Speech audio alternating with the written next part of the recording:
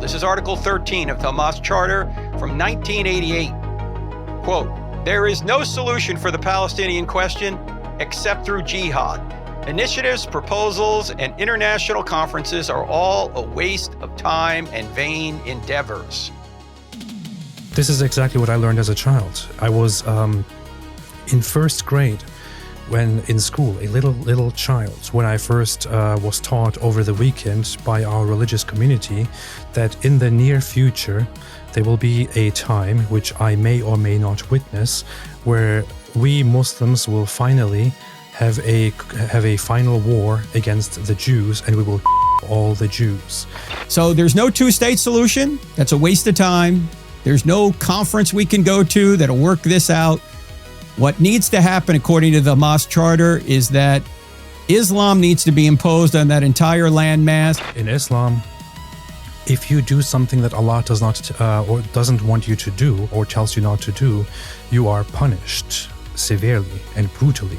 And the Quran contains very graphic descriptions of what that punishment looks like. Islam is more like training, in very cruel ways, training an animal. And whereas Christianity is simply more human, it acknowledges your humanity.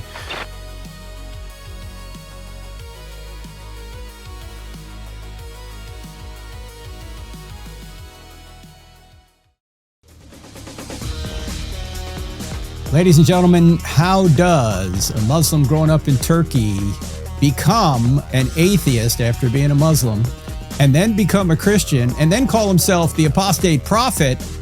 Well, we've had Ridvan Aydemir on the show before. We're having him on again because we didn't finish our conversation. It was a fascinating conversation we had about a month or two ago. So here he is, all the way from some underground bunker somewhere in the United States. Ridvan Aydemir, also known as the Apostate Prophet, ladies and gentlemen. All right, enough. Your crowd is obnoxious. Apostate Prophet on YouTube. Ridvan, I know that there are people that haven't listened to the first two shows. We're going to put the shows in the show notes, so they need to go back and listen to it, because we're not going to rehash everything. But give our audience just kind of a reminder as to how you became a Christian after being an atheist, after being a Muslim. That's a lot there. But I know, but you got to do it quickly here. We got to do it quickly, because if you don't do it quickly, you're going to hear this. You're fired. All right, so go. I will try. Well, first off, thank you so much, Frank. Again, it's a great pleasure to be here. Great honor to talk to you again. Always fantastic, always fascinating. And I really didn't expect the applause, so I thank the crowd for that. You deserve it. So, where should I start? I mean, yeah, we have talked about this extensively. We made 2 shows about that. I would once again, as you did, refer everyone to those. It was a couple of very, very interesting, very pleasant conversations that I personally enjoyed a lot. So I was born in Germany into a Turkish Muslim family, a Sunni Muslim family. My parents are still to this day very religious Sunni Muslims who take it all very seriously. And their hope for me was also that I would be just like them, a devout, observant, good Muslim. And for a time I was, and they were very happy about that. However, with a lot of skepticism, asking questions with the faith and its teachings conflicting with the things that I saw and heard and learned in Germany. And as a regular human being, I began to doubt Islam more and more. Read the Quran several times, which didn't help. It actually made things only worse. So with a lot of questioning, a lot of thinking, a lot of asking questions, receiving very bad answers, receiving the best answers that Islam actually has to offer, but realizing how bad those answers are, I eventually ended up leaving Islam and then spent about 10 years or so or more as an atheist, or at some points as an agnostic atheist, and eventually ended up becoming a Christian only last year. I was for the longest time very sympathetic toward Christianity, and even said in the past in conversations that I had with my friend David Wood that I wish it was true. And but it took me a long time to accept that it is true, because for the longest time I thought it's a very good system, it's a very good religion, it's a very good faith. I really like it, I respect it, and all that. But I simply cannot believe that it is actually true, and it took a very long time to to get rid of that barrier, and to finally take the step and become a Christian myself. And thank God, here I am. So, what were some of the things that were said or demonstrated to you that could be transferable to other people who come from a Muslim background that would be helpful to direct such people toward Christianity? Like, did people ask you questions? Did they befriend you? Did they offer evidence? What were some of the things that you might recommend that others do if they have Muslim friends and they want to move them toward Christ? I think the best example actually is, or the best thing to do is actually to be a good example, to be a good Christian, to be Christ-like. I think in my own life, I wasn't necessarily approached or, taken, I wasn't approached and directly changed or challenged by other people. It happened rather as a consequence of everything that I learned and internalized. I grew up in Germany in a very Christian culture, and but however, with a family that was very, very much against Christianity and that described Christianity as evil, as perverted, and this and this and that. But very early on, in Germany, I learned, Christian stories that stuck with me for my whole life. Among those were, for example, the story of a certain Saint Martin, who is a very popular figure among Christians in Germany and France and other places, whose story was, I didn't know much about his story, but the stuff that I learned about him as a child came from a song that we sang in school. And in Germany, there is no strict separation of religion and government, or religion and school environment. So in school, we would sing religious songs sometimes, and there would be a song about the story of a certain Saint Martin. And all I knew about him as a child was just that he was this good man called Saint Martin, and it was basically a story about him. He was a soldier, and he was riding out in the night, on a very, very cold winter night, where he, as a Roman soldier with his very heavy, cloth that he wears that protects him from the snow and from the cold, he rides out and he encounters a poor man who barely has any clothes to wear, and that poor man says, "Please help me, I'm about to die." And so Saint Martin, who himself has his cloak that he has to take care of by military standards, cuts it in half, and it's an enormous thing, that cloak, and gives that half to him. And later on, he goes to sleep and has a dream of Jesus, who comes to him wearing that cloak and hands it to him, while the poor man that he saw says, "This is your servant Martin, who helped me in my time of need."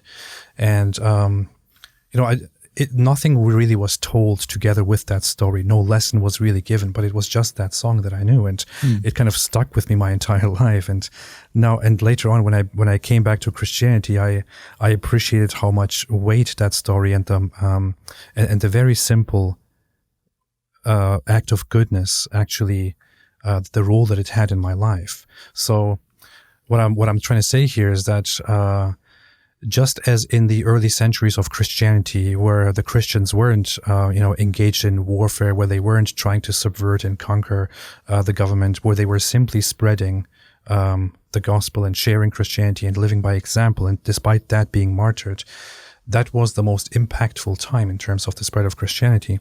And it's because simply being like Christ, simply being a good Christian, being like him, is a very, very good example that can create wonders, that can impact a lot of people. Of course, I would also advise, if you find a Muslim, for example, to talk to that person a little bit about his faith and to compare his faith to Christianity, for example, and to talk about Jesus, because Muslims say that they love Jesus. Muslims say that they also believe in Jesus, that they also respect Jesus, and it would be a good idea for a Christian who knows his stuff to talk to Muslims about who Jesus really was and what the evidence is for all of Christ's teachings, what his disciples taught, what the apostles taught, and all that. These are very, very good starting points. And this ties into an argument that I only recently used, which kind of ties into what we call the Islamic Dilemma. And I can explore that further, but I realize that I just spoke for a very long amount of time. No. We'll come back to it after the break. But is there anything comparable in Islam? The idea of charity, generosity, grace, love, or is it more of a religion of dominance and submission? Because Islam means submission. Is that why it's more attractive? Because you don't have that in Islam? So, Islam means submission. It's all about submitting to Allah. It's all about submitting to Allah and others submitting to Muslims who submit to Allah. That's basically what it is. It's a top-down hierarchical system of military dominance. That said, it also, of course, has a religious aspect. And I can be charitable and say that that there is a sense of charity in Islam, but it's not quite the same spirit because it's a reward and punishment-based system. We're talking to Ridvan Aydemir, the Apostate Prophet. Apostate Prophet on YouTube. Check him out. We're going to talk a little bit later in the program about the origin of the Hamas charter and the origin of the Hamas-Israel conflict and what Ridvan thinks about it and what Muslims are taught about it. So don't go anywhere. You're listening to I Don't Have Enough Faith to Be an Atheist.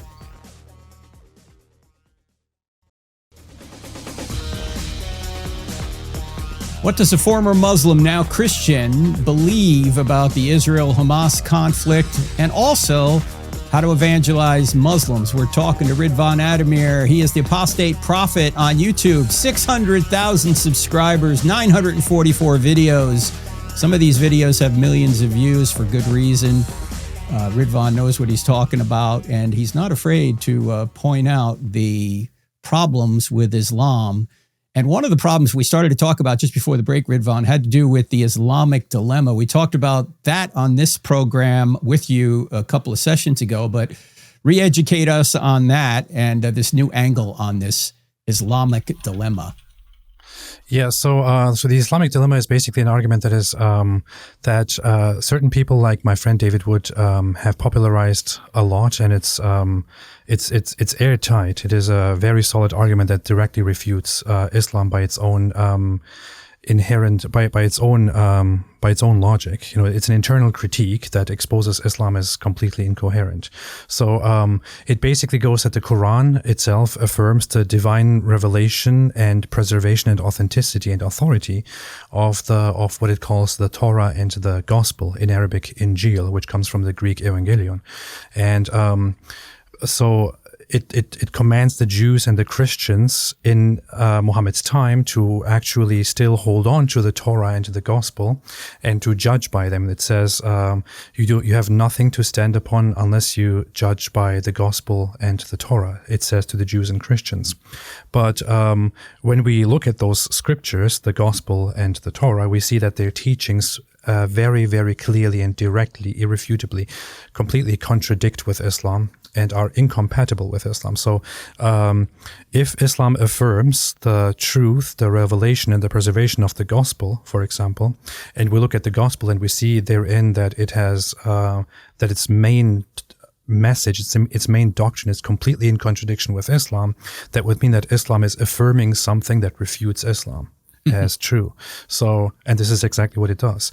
The Quran further on, for example, later on, explicitly rejects that Jesus is the Son of God, that Jesus is divine, that Jesus is, as it says, one of three, or that Allah is part of three, for example.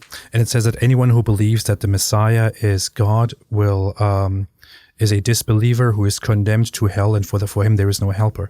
But this is directly what is confirmed in the Gospels, and this is directly the Gospel message. This is the New Testament message.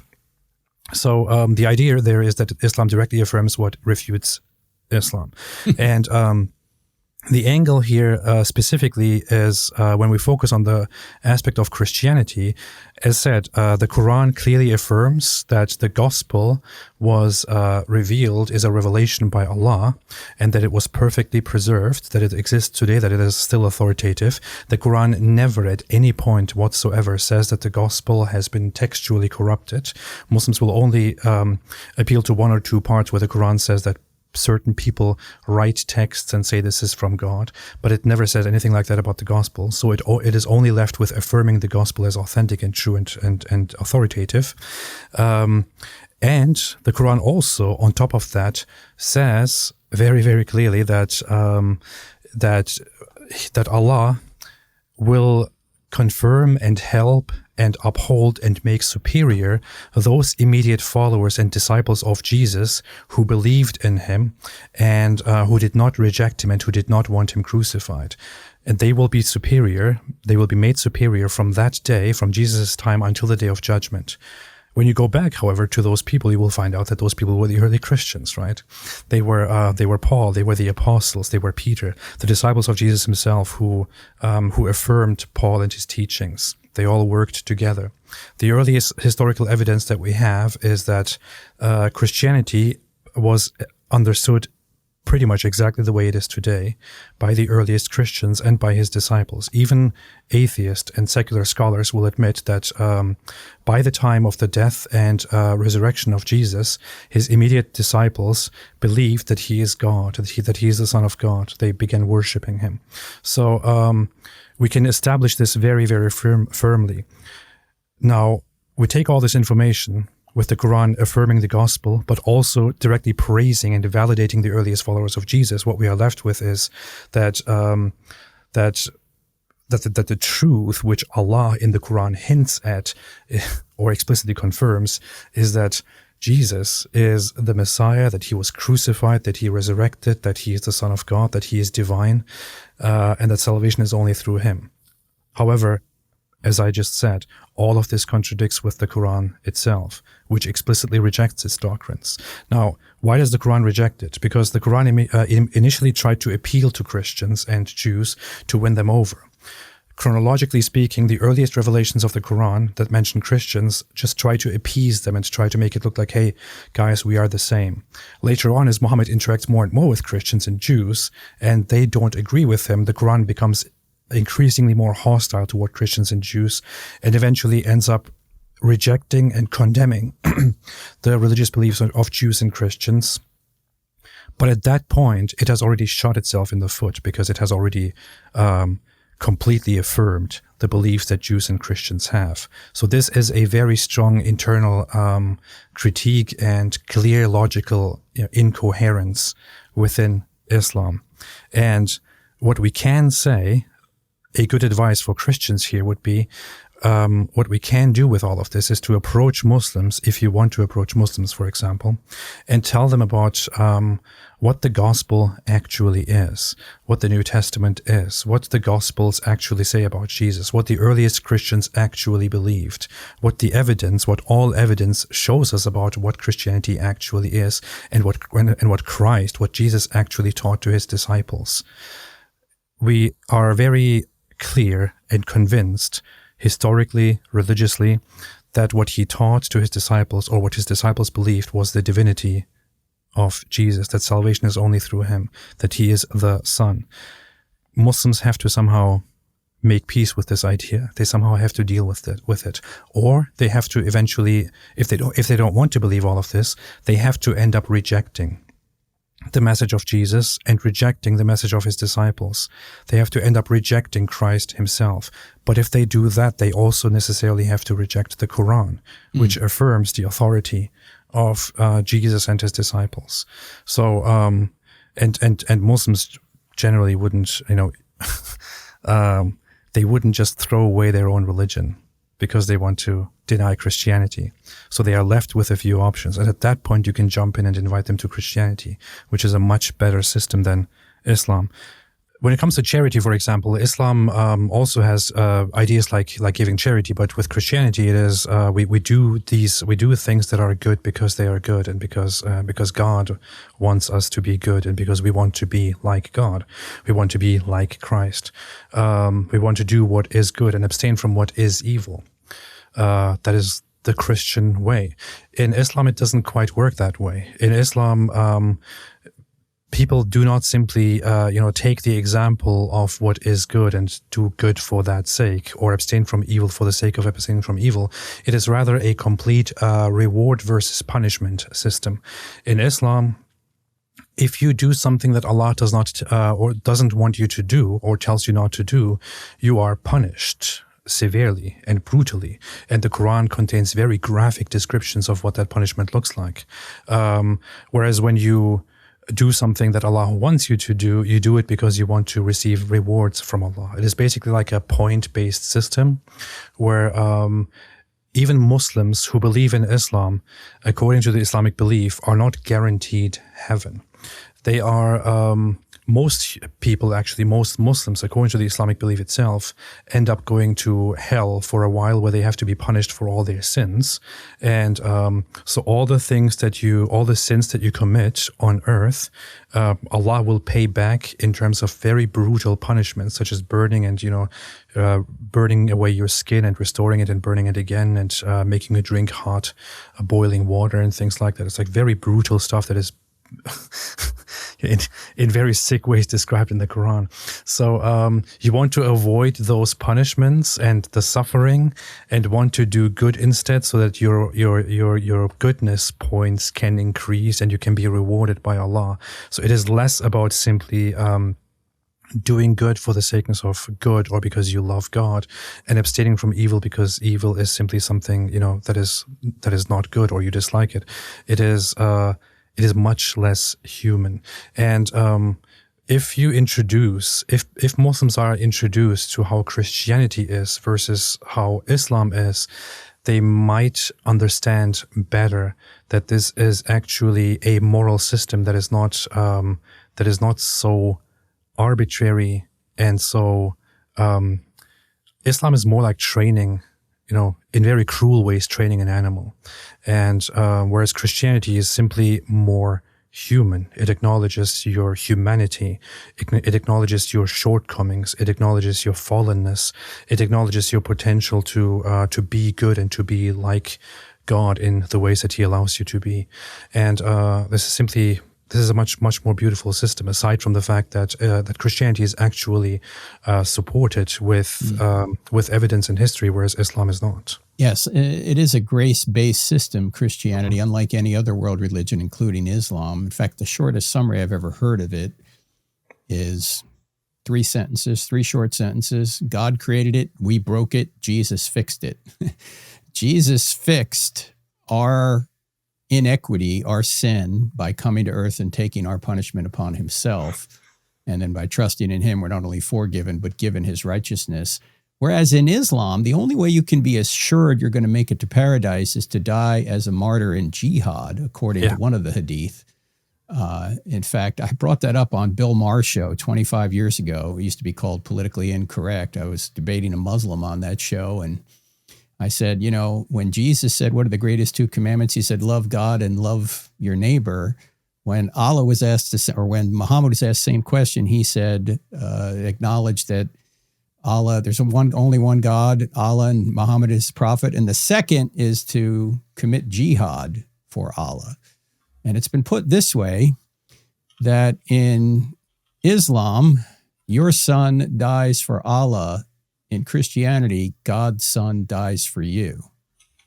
And that actually is what literally happens, that Jesus comes into this world as God's Son and takes our punishment upon Himself. It's a complete system of grace. You don't earn it, you don't achieve it, you receive it. And then, out of love for what God has done for you, you can express your love back to God and to other people, to bring other people into the kingdom, to make God known, to know God through Jesus, and to make Him known. That's why we're here, to make heaven crowded. Much more with the Apostate Prophet after the break. Don't go anywhere. Students across America are more open to the truth of Christianity than ever before, and Dr. Frank Turek is taking the powerful evidence for God to campuses like UC Berkeley, the University of Georgia, Ohio State, and Alabama, reaching thousands in person and millions more online.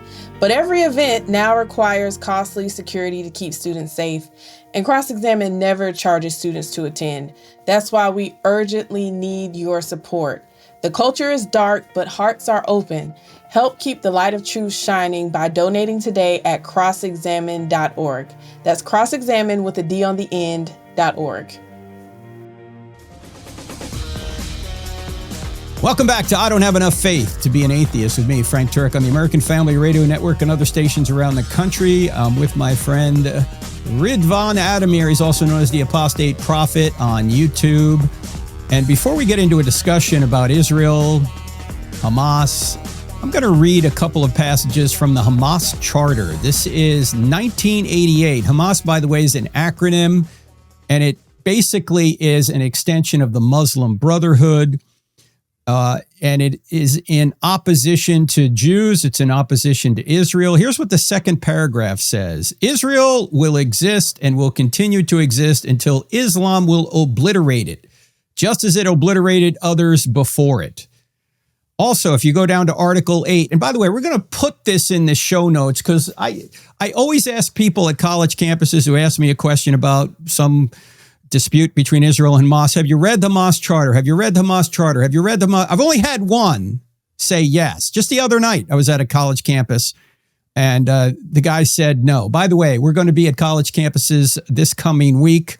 We're going to be up at Michigan Tech on the, let me make sure I get these dates right. We're going to be there on the 23rd, and then we're going to be at Northern Michigan on the 24th. I'll also be at a church way up in Houghton, Michigan on the 22nd. All the details on our website. But let me get back to the Hamas Charter. Here is the slogan of the Islamic resistance movement. This is from Article 8 of the Hamas Charter. Allah is the target, the Prophet is the model, the Quran is the constitution, jihad is its path, and death for the sake of Allah is the loftiest of its wishes. Finally, one other article. This is Article 13 of the Hamas Charter from 1988. Quote, there is no solution for the Palestinian question except through jihad. Initiatives, proposals, and international conferences are all a waste of time and vain endeavors. The Palestinian people know better than to consent to having their future rights and fate toyed with. Unquote. So there's no two-state solution. That's a waste of time.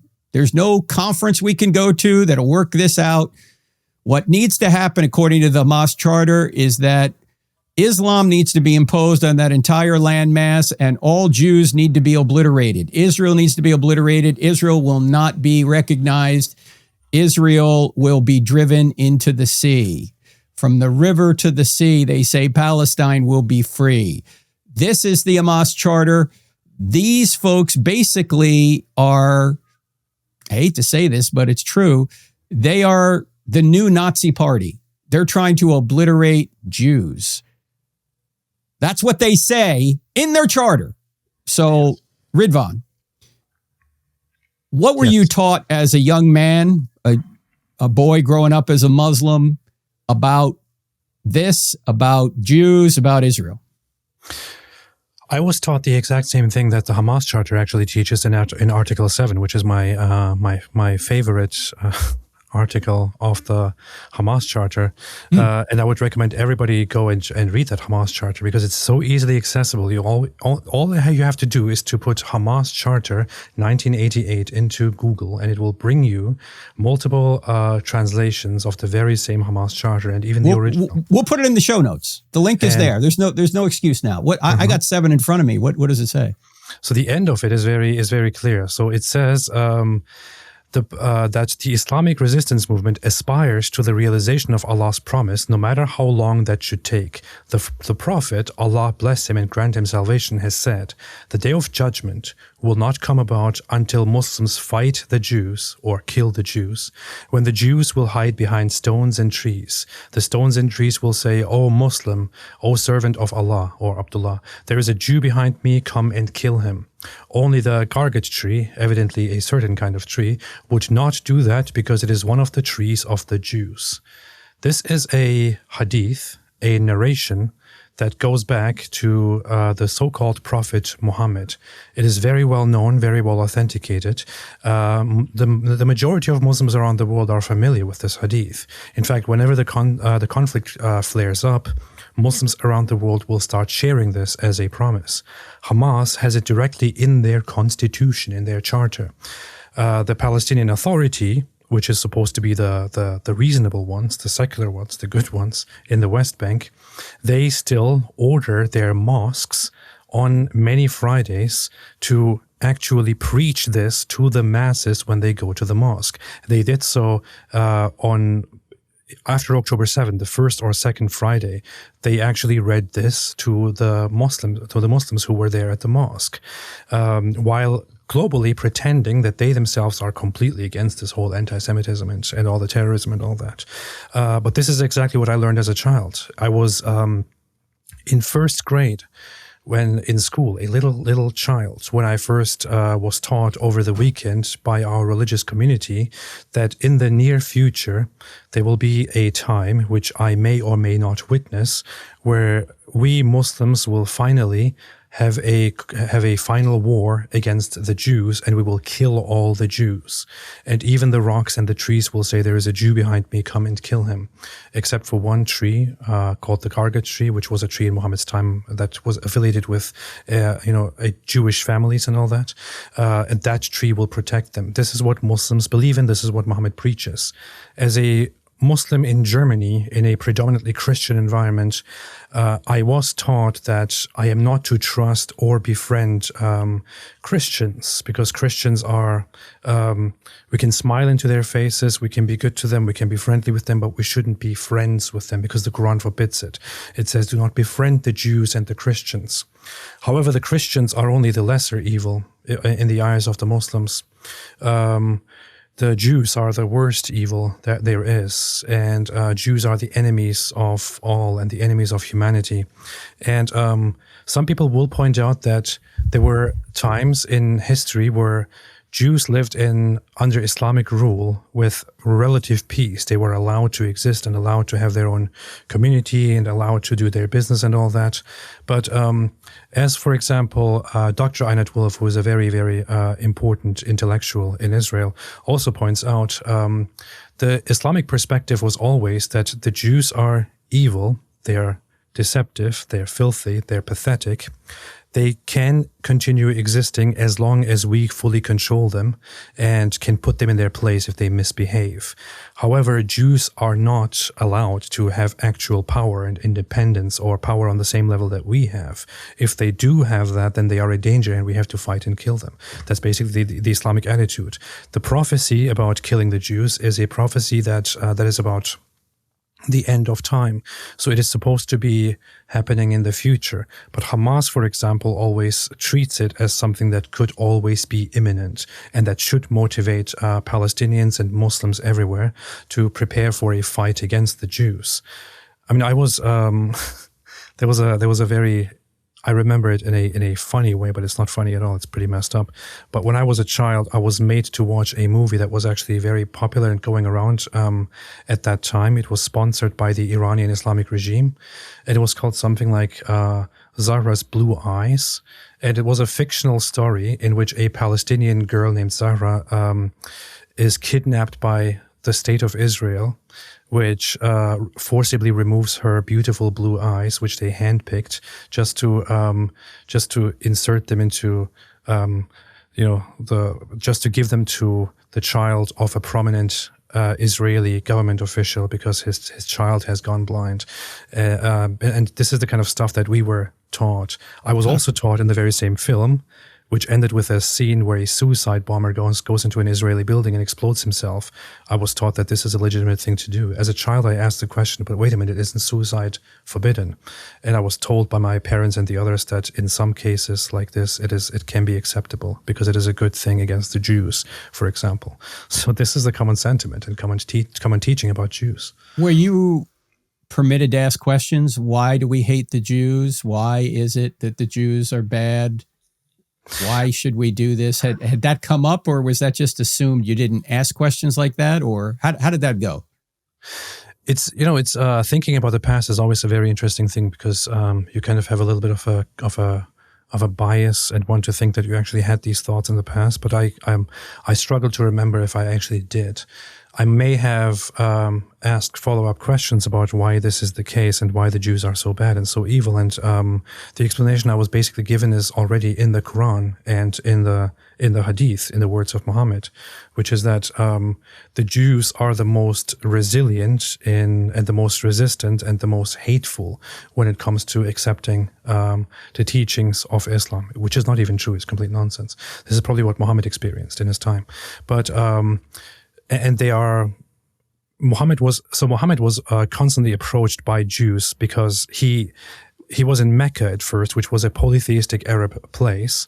When he fled Mecca after antagonizing the polytheists more and more, he fled to Medina, which was another city known at that time as Yathrib. And that city was turned into a thriving city by Jewish merchants who were prominent there and who made that city a flourishing city. So he came into a location that was basically dominated and turned into something beautiful by Jews. But he also there established his Islamic leadership and wanted to impose his own beliefs on the Jews, which the Jews wouldn't have. So they would start asking him questions and mocking him or rejecting him, which made him really, really angry, seeing also that they have power there. So he started one by one accusing every single Jewish tribe of something and completely executed one tribe on accusations of treason, another on different accusations, expelled one tribe, completely executed and enslaved the other tribe, and for the other tribe, he killed most of them and turned them into subjects that pay constant protection money to the Muslim community. So this was Muhammad's experience with the Jews in his time.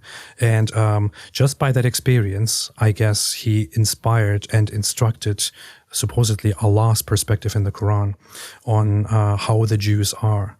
They are resilient, they're smart, they're mischievous, and they won't accept us. Therefore, they are our enemy. Muhammad died too soon before he could form a stricter opinion on the Christians.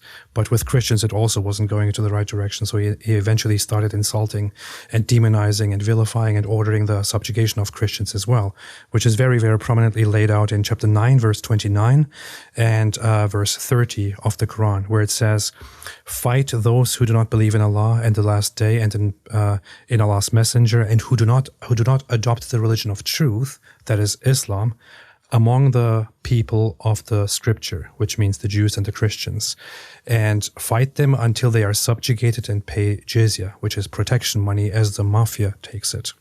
And in the next verse, in chapter 30, it then says that the Jews say Ezra is the son of Allah, which no Jew does, and the Christians say the Messiah is the son of Allah.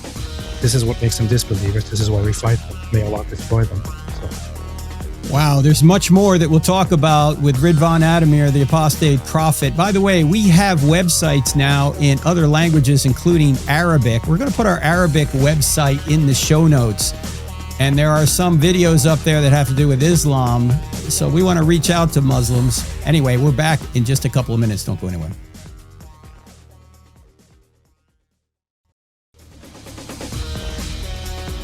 What is the truth about Hamas and the truth about the Hamas-Israel conflict? We're talking to Ridvan Aydemir, the Apostate Prophet, and just before the break, we were talking about how Islam for many years, ever since the Quran from the very beginning, 1400 years, has taught that the Jews were enemies and the Jews need to be obliterated. And Hamas has it in their charter from 1998 that the Jews need to be obliterated. So, Ridvan, give us your overall view of this, and particularly why did Hamas arise in 1988? We've read kind of what their purpose is. what's the way forward here? So it is actually very interesting to analyze where or to learn where Hamas comes from in order to understand what exactly is happening right now in the conflict. So Hamas is an offshoot or a branch of the Muslim Brotherhood. In the beginning, before they adopted the name Hamas, this was actually a charity organization. It was an organization that was led by the Muslim Brotherhood, which was in charge of upholding and restoring proper Islamic values in Gaza and the Palestinian territories. In fact, and this is a great misunderstanding that people have, at that point, Israel was actually supportive of the charity organization that turned into Hamas, because Israel thought that at that time they were fighting the PLO, the current Fatah party or the Palestinian Authority, which was more secular oriented. But I don't want people to misunderstand this. They weren't exactly secular. They were just secular by Islamic standards or by the Islamic world standards. But they were more focused on simply establishing, on reaching Palestinian national goals and establishing a Palestinian state along the 1967 borders with Israel. And they were pretty malicious and pretty rough, and they engaged in lots of acts of terrorism. So Israel was fighting the PLO. What Israel saw in this charity movement was that it is a better alternative to the terrorist PLO and the terrorist leftist organizations that they were fighting with. So Israel supported this the Islamic charity organizations, and this is a mistake that people or governments make if they don't understand Islam properly. The secular and Jewish leaders in charge of Israel thought, these guys are religious people. They won't be as big of a problem as these leftist terrorists. So, let us help them. Let's help them have more influence, and things will get better. However, these Islamic currents in Gaza and the West Bank became more and more angry and hostile because of the actions of the PLO. Around the time of the 80s, the PLO turned more from acts of terrorism toward trying to, at least on an international level, reach some recognition and make deals or concessions with Israel. Among their concessions was to go and attend peace talks and to recognize Israel and expect mutual recognition, and also compromise on the borders that they want for the so-called State of Palestine. The Islamists within the Palestinian territories really didn't take kindly to this. They saw this as a betrayal of Islam, of Muslims, of the Muslim community, and of the Palestinians. So Hamas basically sprung up and became extremely popular as such a reaction, as a popular Islamic reaction to the secular nationalist PLO, which would make concessions and which didn't care that much about Islamic values. Hamas came and said, okay, we are done with talks. We shall not engage in any peace process. We will fight only for Islam. We will rebuild the caliphate. Basically, that was their idea, which was destroyed in the 1920s. And we will never make any concessions with Islam, and we will fight them, and we will kill the Jews and restart the Islamic Empire. That was the thought that Hamas had. And they actually repeated this again and again and again over the decades. Just recently, Fatih Hamad, who is the official spokesperson in Gaza of Hamas, who is also recognized by the United States as an international terrorist, he gave a speech just several years ago in which he promised to the Palestinian Arabic-speaking people in Arabic and said, in very few years we will have achieved two of our main goals. One of them is the complete extinction, the eradication of the cancer of the Jews from the land of Palestine. And the second goal is to re-establish the caliphate and start the Islamic rule and empire over this region. We will be the ones who will start it, and the rest of the Muslim world will then see our power and will join us. So this has been the driving force behind Hamas from the very beginning until this day. They still believe in the very same thing. So why do you think leftists in our country, it probably has something to do with critical theory, that they think anybody who they consider to be oppressed, they're on their side. But why is it that leftists don't understand this? And why don't leftists understand that if Hamas were to take over their jurisdiction, their rights would evaporate? Particularly the LGBTQ community would be basically executed. Yeah. Why don't leftists get this? I often wonder about this myself, and there are many explanations to it. I guess it's kind of related to some self-hate psychology, but it's not only that the Islamic aspect is contradictory. That's a very obvious one, but it's also that these leftists in the West who are against any kind of nationalism or patriotism or any of that actually support the Palestinian cause, which in and of itself is an explicitly ethno-nationalist political cause. So you have these leftists and these socialists supporting an ethno-nationalist movement in Palestine because it is oppressed, and they do this often with other nations and peoples where they support these contradictory ideas that they supposedly so much hate when it happens in their own country. Similarly, they have this hostility toward Christianity and Christian values and traditions, but they will go ahead and befriend and support an explicitly Islamist terrorist organization that actually wants to establish a hellish Islamic theocracy where everything that they stand for would be banned and brutally punished. I guess it has to do with a little bit of with thinking that the others, our own people, are always bad. We don't like it. We don't like the tradition when it takes place here. But these other people, they are just being oppressed. They are simply being they are being turned into victims. They are being oppressed. They are less fortunate than us. And the only reason that we hate them is just because our bigots over here want us to hate them, but we will not hate them. We will go and help them.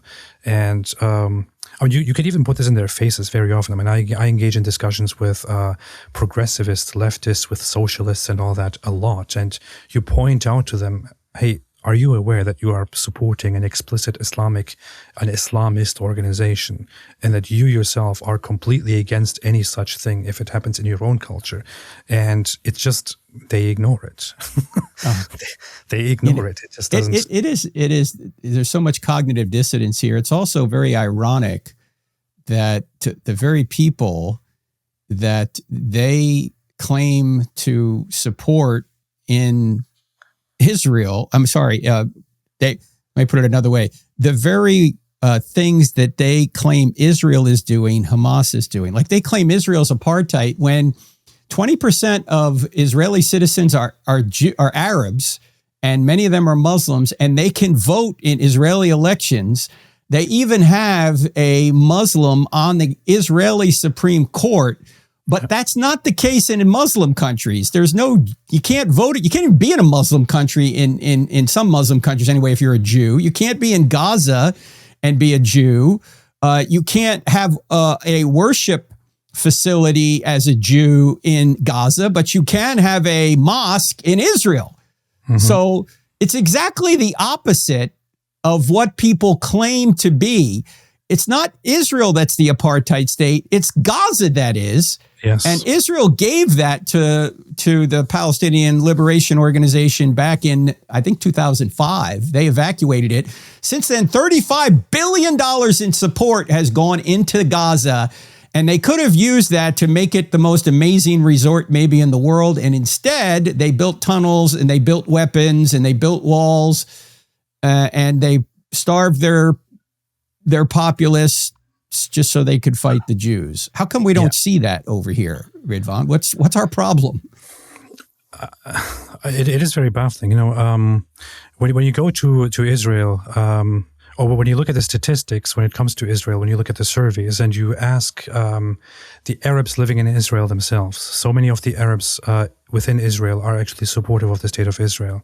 According to a recent survey where I think this was prior to the October 7 attacks, actually, when Israeli Arabs themselves were asked how they identify themselves, the most common way to identify themselves, according to Israeli Arabs, was an Israeli citizen an Arab citizen of Israel, or an Israeli Arab citizen. Something like a Palestinian citizen was only secondary as an option that they use as their identity. So they are more comfortable identifying as Israeli Arabs than they are with anything else. The people living there, in Israel, together with Israelis, are significantly more comfortable with the state of Israel than these ignorant people over here who want to make their judgments based on stuff that they hear online. And I would say it's also there's also a huge war of information taking place. And I talked about this when I went to Israel the first time, and I talked to some of the hostage families and the hostage center. You know, people would like to think that that the Jews or that Israel is this great genius center where they perfectly know how to manipulate the world and control the flow of information, all that.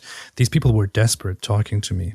Like they have people online trying to correct all the misinformation and trying to present the Israeli narrative. And they were desperately telling me that that they are at a loss or, you know, for options, for things, for how they can counter the massive flow of misinformation, because on the one hand, it is just Jews. On the other hand, it's like it's nearly 2 billion Muslims around the world, all pushing anti-Israel narratives, and then the left is desperate. Ridvan Aydemir, ladies and gentlemen, the Apostate Prophet. We got to have him back on because this conversation's fascinating. Anyway, check him out at Apostate Prophet on YouTube. He's got such great videos up there, such great insights. And don't forget, I'm going to be in the Upper Peninsula of Michigan this weekend and on Monday and Tuesday at universities there. Check it out, and we'll see you here next time. God bless. Dr. Frank Turek is bringing powerful evidence for God to campuses like UC Berkeley, the University of Georgia, and Ohio State, reaching thousands in person and millions online. But each event now requires costly security. Your gift helps the light of truth pierce the darkness. Give today at crossexamined.org. If you're looking for solid answers to life's biggest questions, don't miss the latest episode of I Don't Have Enough Faith to Be an Atheist. Find it on Apple Podcasts, Spotify, Pandora, iHeart, OnePlace, and Podchaser. Tune in, discover the truth, and share it with someone who needs it. Let's keep spreading the truth together.